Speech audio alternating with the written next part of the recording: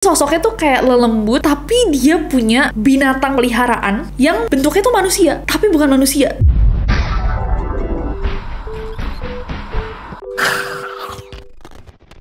Hey guys, it's Nessie and welcome back. Kalau misalkan kalian belum subscribe ke channel ini, jangan lupa klik tombol subscribe-nya, terutama untuk kalian yang selalu menunggu review-review film terbaik, apalagi dari yours truly, me, Nessie. Nah, aku tuh sebenarnya seneng banget ya setiap aku ngeliat banyak banget dari kalian yang nge-tag aku ketika kalian nonton film dan bilang bahwa itu rekomendasi aku. Karena obviously aku tuh nggak asal ngasihin kalian rekomendasi. Oke. Memang libur lebaran udah lewat, tapi masih banyak banget dari kalian yang mencari hiburan-hiburan. Now that we are back to real life, karena sekarang kita udah balik ke rutinitas biasa yang kadang bikin penat. Aku mau rekomendasi sisa-sisa film yang kemarin rame banget pas lebaran. Itu masih bisa kalian akses di beberapa bioskop, bahkan beberapa masih di banyak bioskop. Jadi aku mau merekomendasikan kalian atau mereview beberapa film yang lagi hits akhir-akhir ini. Langsung aja, without any further ado, stop senyum-senyum, cause with Nessie's list, shit's about to go down.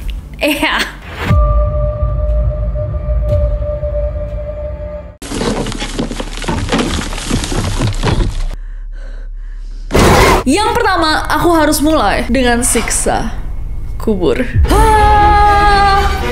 Oke.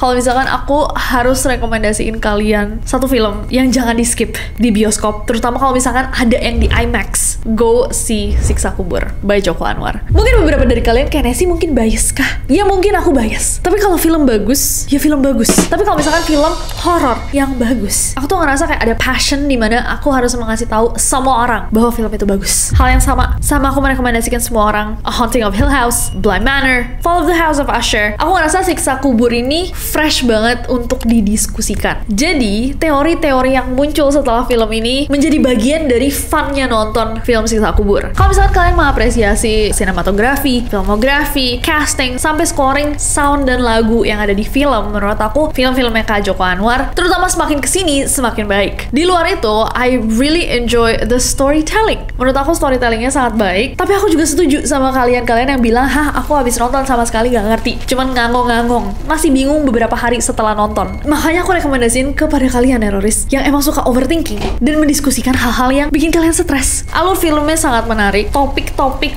yang dimasukkan juga sangat kontroversial, cukup berani apalagi di Indonesia. Bisa multi perspektif juga, kayak dorong-dorong kalian untuk berpikir di luar box. Tapi kalau misalkan kalian berpikir dari dalam box, juga filmnya masuk akal. Dan menurut aku itu sulit banget sebenarnya untuk dieksekusi dalam storytelling. However, aku harus bilang bahwa film ini bukan untuk kalian yang enjoy typical horror film yang ada plot twistnya, lalu di ujung yang baik berhasil selamat dan yang jahat, it's not that kind of movie. Aku ngerasa bahwa ini bukan film horor yang tipe kayak gitu. Gak ada yang salah sama film-film horor seperti itu. Aku juga suka kok film-film kayak Conjuring, Insidious. Itu tipe-tipe yang menurut aku horor yang fun. Kalau Siksa Kubur ini tipe horor yang bikin mumet, dan mumetnya itu adalah funnya. Selain storytellingnya, aku juga suka banget sama jumpscare-nya menurut aku fresh, gak ketebak. Dan jajaran cast yang menurut aku sangat-sangat bertalenta, all stars, banyak banget nama-nama besar, dialog-dialognya yang smooth, bahasanya enak didengar, gak cringy, dan overall film Siksa Kubur ini mendapatkan rating 9/10 dari aku. Ini kayaknya so far tertinggi yang pernah aku kasih untuk film dalam negerinya gak sih? Kalau kalian gimana guys? Aku sempat nge-share juga teori aku di Instagram, Twitter, TikTok. Buat kalian yang udah nonton, coba lihat apakah teori kalian juga sama teori aku, atau kalian realize atau sadar sesuatu yang aku nggak sadar. Boleh banget ditambahin di bawah. And that was Siksa Kubur. Next.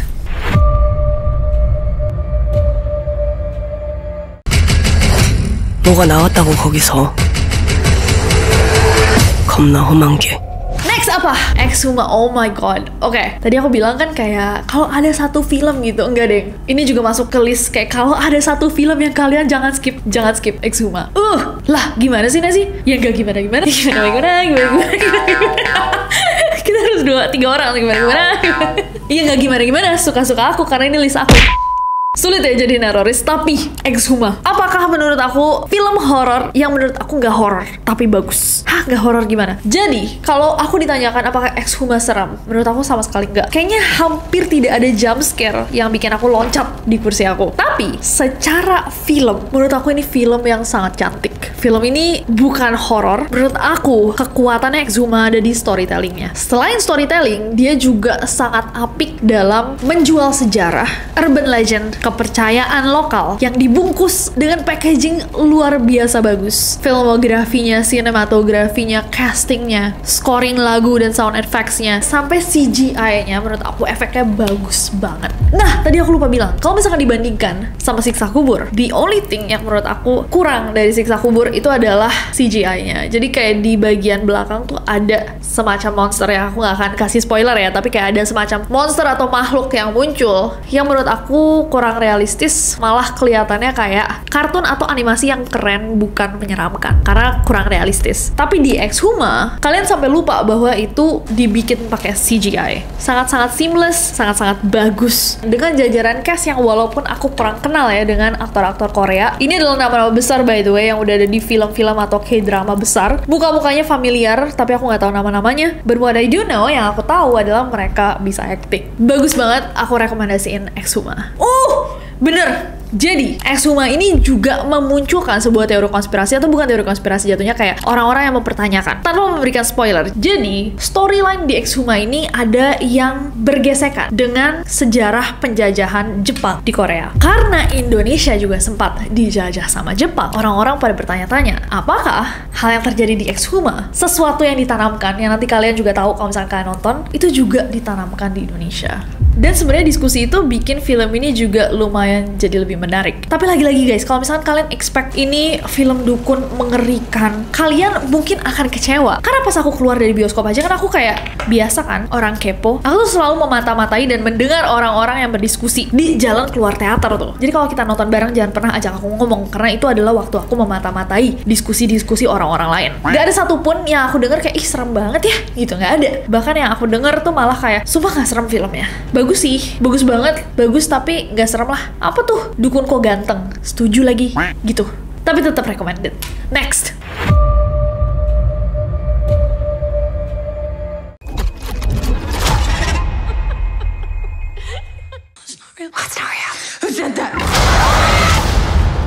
Next, The First Omen. Jadi, film ini juga baru rilis di tahun 2024 dan dia ini adalah prequel dari film The Omen. Jadi salah satu film horor yang emang sangat-sangat terkenal pada zamannya. Jadi film pertamanya itu dirilis tahun 1976 dan itu sangat-sangat hits. Bahkan kalau misalkan orang-orang yang hidup di zaman itu kalian tanyain, pasti ini salah satu film yang sangat-sangat jaya lah pada masanya, terutama untuk pecinta film horor. So it's a cult favorite. Nah, karena ada prequelnya ini, aku ngeliat juga pertama-tama tuh ratingnya tinggi banget. Jadi biasanya orang-orang yang pertama meninggalkan review itu adalah critics. Jadi orang-orang yang emang expert nih ya dalam dunia film-filman. Dan aku ngeliat ratingnya cukup tinggi. Akhirnya aku memutuskan untuk nonton. Dan kalau misalkan bisa didefinisikan, ini yang masuk ke dalam kategori film horror fun. Gore-nya ada banget. Jadi kalau misalkan kalian suka adegan-adegan kejam, ada beberapa scene seru yang kalian akan dapatkan. Dan ini tuh juga terinspirasi dari film Omen yang pertama, karena itu emang fokusnya tuh banyak di scene-scene gore, scene-scene sadis. Storyline-nya juga lumayan oke, ada plot twist-nya. Buat ditonton bareng-bareng menurut aku ini fun sih, buat teriak-teriakan bareng.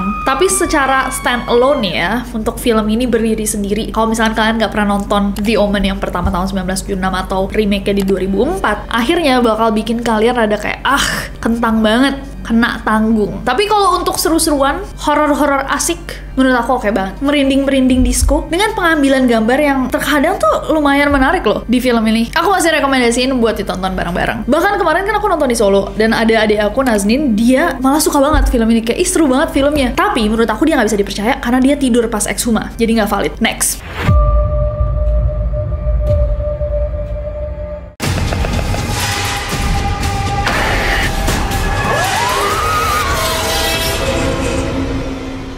Ada Pasar Setan. Aku gak tahu kalau misalkan ini masih di bioskop atau enggak. Yang jelas, ini sempat naik filmnya sebelum Lebaran. Nah, kalau misalkan di awal tadi kita mendefinisikan film-film horor yang seru ditonton itu adalah yang bikin kayak teriak bareng-bareng, kaget, cringing, kayak menurut aku film ini masuk ke kategori itu. Nah, yang aku suka dari Pasar Setan ini sebenarnya mostly adalah ikonnya. Kalau misalkan di KKN Desa Penari ada Badar Rauhi, mereka tuh juga punya satu sosok yang sebenarnya sangat-sangat menarik. Aku tuh malah tertarik menarik banget kalau misalkan sosok ini dieksplor lebih jauh. Jadi sosoknya tuh kayak lelembut, tapi dia punya binatang-binatang peliharaan yang bentuknya tuh manusia, tapi bukan manusia. Jadi kayak sosok ini tuh powerful banget. Menurut aku tuh keren banget. I wanna know about her. I wanna know kayak ini sosok apaan gitu. Buat kalian yang suka cerita-cerita semacam KKN Desa Penari, menurut aku Pasar Setan itu mirip-mirip vibes-nya dan asik sih ditonton untuk kayak seru-seruan. Dan tau nggak, salah satu reaksi aku tuh masuk direkam ternyata pas nonton film itu. Aku selama ini nggak pernah ngeliat reaksi aku ketika aku kaget. Lihat di sini.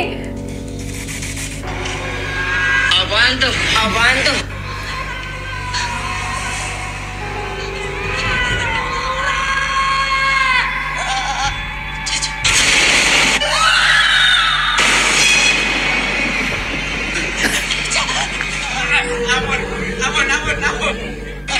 Aku sih tahu ya, aku pas gini-gini itu nutupin apa. Tapi kalau misalkan kalian udah nonton Pasar Setan atau akan menonton Pasar Setan, coba tebak. Aku paling gak kuat di film horor itu pas ngeliat apa. Komen di bawah. Coba Neroris yang OG Neroris mestinya udah tahu sih.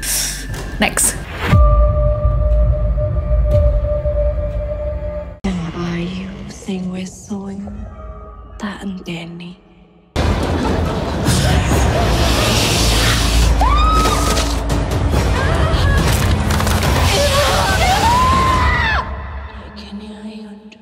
Oke, Badarauhi. Nah aku rekomendasiin film Badarauhi untuk kalian pecinta KKN Desa Penari. Karena ini adalah versi even more high budget. Production yang lebih tinggi. Dari sisi visual ini jauh lebih canggih dari KKN di Desa Penari. Tapi untuk pecinta horor yang suka jump scares, apalagi kayak aku ngerasa kayak jump scares-nya di sini dikit banget. Elemen seremnya itu mungkin lebih ke psychological. Kalian merasa iba dan gak kebayang kalau misalkan hal seperti ini terjadi kepada kalian atau ibu kalian. Jadi kalau misalkan kalian emang suka storytellingnya Simple Man, suka sama original story-nya KKN di Desa Penari, prequelnya KKN di Desa Penari, Badarauhi ini bakal ngasihin kalian kepuasan. Kayak oke, saya jadi lebih tahu versi lebih panjang dari KKN di Desa Penari. Oh, dan jajaran cast-nya juga oke. Karakter-karakternya menarik. Dan satu hal buat aku yang aku lumayan seneng adalah bahwa dialog dalam Badarauhi ini jauh lebih natural. Karena aku tuh notice beberapa film yang jatuhnya punya elemen-elemen Jawa, tapi menggunakan cast yang sebenarnya tidak bisa berbicara bahasa Jawa, itu kerasa banget kalau aksennya tuh dibuat-buat, bukan dibuat-buat aja ya. Kadang emang mereka jago gitu pakai aksennya, tapi feel-nya nggak dapet. Jadi kalian keluar nih dari alur film dan sadar bahwa ini adalah orang-orang yang acting. Dan hal-hal kayak gitu tuh sangat-sangat disayangkan ya, karena itu bisa kayak kecil banget bagiannya, tapi karena penempatan penekanan dalam bahasanya salah atau penggunaan katanya tidak natural, itu langsung kayak, oh iya ini orang kan acting aja. Ya nggak sih? Coba deh. Kayak beberapa tahun lalu aku tuh sempat nonton satu film, dan film ini memiliki beberapa dialog bahasa Jawa, dan aku nonton di Surabaya sama sepupu-sepupuku. Dan mereka tuh ngetawain beberapa hal yang dikatakan sama karakter-karakternya, karena mereka bilang kayak, lah kok itu tadi kata-katanya pakai Jawa kasar, tapi biasanya dia pakai Jawa halus, dan penekanan mendoknya salah, bla bla bla gitu. Jadi aku semakin sadar bahwa kayak, oh ini tuh kerap terjadi di film-film, dan aku ngerasa kayak di Badarauhi cukup natural. Gak tau, coba menurut kalian gimana guys? Komen di bawah. Terutama untuk kalian yang berbahasa Jawa, apakah natural dialog-dialognya? Let me know di bawah. Next.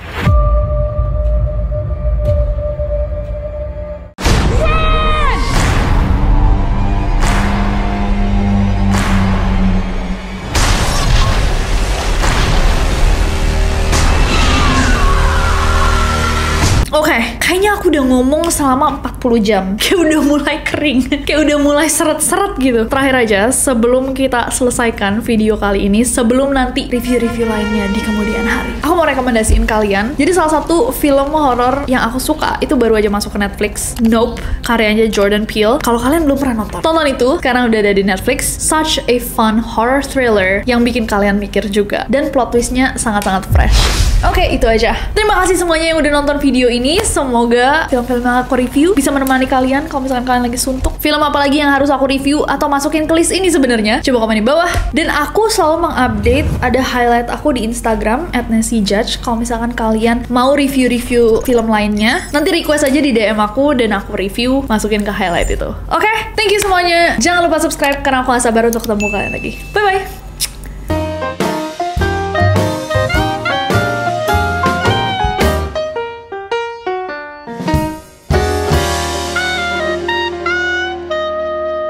It's about to go down. Iya. Bener.